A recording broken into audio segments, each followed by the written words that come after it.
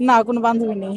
এখানে আসা বলতে সকালে আসছি হচ্ছে টিএসসিতে, ওখান থেকে রথযাত্রা নিয়ে বের হয়ে দোল চত্বর ঘুরে তারপর হচ্ছে শিল্পকলাতে, সরি, এতে চারুকলাতে গিয়ে ওখান থেকে তারপর এখানে একটু ঘুরতে আসছি।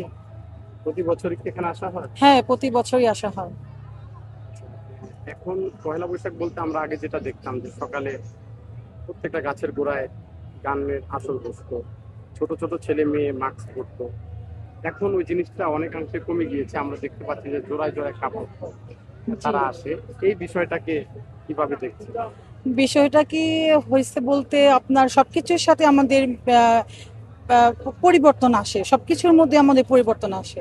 তো হচ্ছে এবারকার পহেলা বৈশাখ হচ্ছে আমাদের একটা মানে শান্তির একটা বার্তা নিয়ে আসছে, যেরকম হচ্ছে আপনার আগে একটা বিষয় ছিল, এখন একটা বিষয়। আপনি বলতেছেন যে কাপল, হ্যাঁ কাপল এখন ওনারা হচ্ছে আসে তাদের হচ্ছে আহ, ভালো লাগা থেকে, এর জন্য মানে ঘুরতে আসে আর কি। আপনার সাথে কি কেউ এসেছে? আর হ্যাঁ, আমার সাথে আসছে, বাট হ্যাঁ, আমার ফ্রেন্ডরা মিলে আসছে। কেন, কোনো বান্ধবী নেই?